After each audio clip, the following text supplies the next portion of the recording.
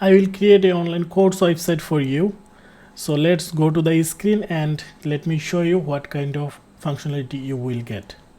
So when anyone go to the course page, and if they want to buy any of the course from here, they will click here, and then they will see here get course, and they need to create an account here. After they log in, they will have an option to get the course.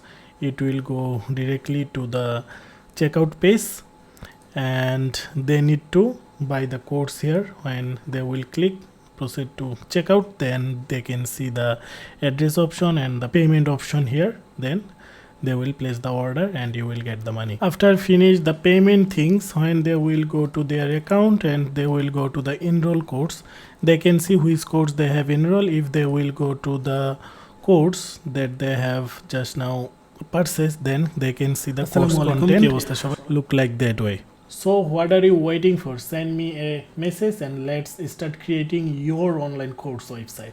Thank you so much.